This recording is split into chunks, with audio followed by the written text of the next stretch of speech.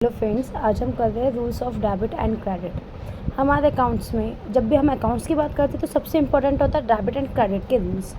और अकाउंट्स में हमारी 5 टर्म्स बहुत ज़्यादा इंपॉर्टेंट होती हैं। एसेट्स, लायबिलिटी, इक्विटी, जिसे हम कैपिटल भी कहते हैं, इनकम, और इनकम में हमारी आती है रेवेन्यू, रेवेन्यू को हम इनकम, और एक्सपेंडिचर को या एक्सपेंसेस भी कहते हैं।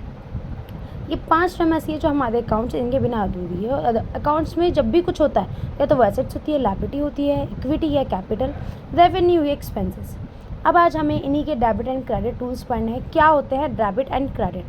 अगर हमारी एसेट्स इंक्रीज़ होती है तो हमारी डेबिट होती है, अगर एसेट्स हमारी डिक्रीज़ होगी मतलब घटेगी तो क्रेडिट होगी।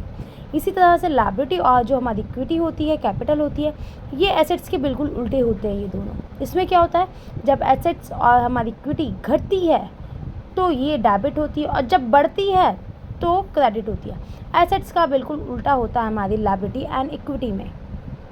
अब देखते हैं हमारे रेवेन्यू एंड एक्सपेंडिचर, जिसे हम एक्सपेंसेस कहते हैं। रेवेन्यू जब हमारी बढ़ती है, रेवेन्यू मतलब जब हमारी इनकम ज़्यादा होगी तो वो क्रेडिट होगी, पर जब हमें इनकम कम होगी तो वो डेबिट। एक्सपेंसेस जब बढ़ते हैं, खर्चे ज़्यादा करोगे तो डेबिट, खर्चे कम होंगे तो क्रेडिट।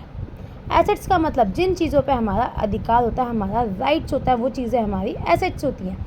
लायबिलिटी जब हमने किसी से कर्जा ले लिया या हमें किसी को उधारी देना है, वो हमारी लायबिलिटी होती है। इक्विटी जिसे हम कैपिटल कहते हैं, जब हम अपने बिजनेस में इन्वेस्टमेंट करते हैं किसी भी तरह की, वो कैश में भी हो सकती है या अदर थिंग्स में भी हो सकती है, तो वो हमारी कैपिटल होती है। तो ये थे हमारे rules of debit and credit. Statement of financial position account और income statement. Thank you students, please मेरे चैनल को लाइक, शेयर कर, सब्सक्राइब कर, अपने फ्रेंड्स के साथ भी शेयर करिएगा।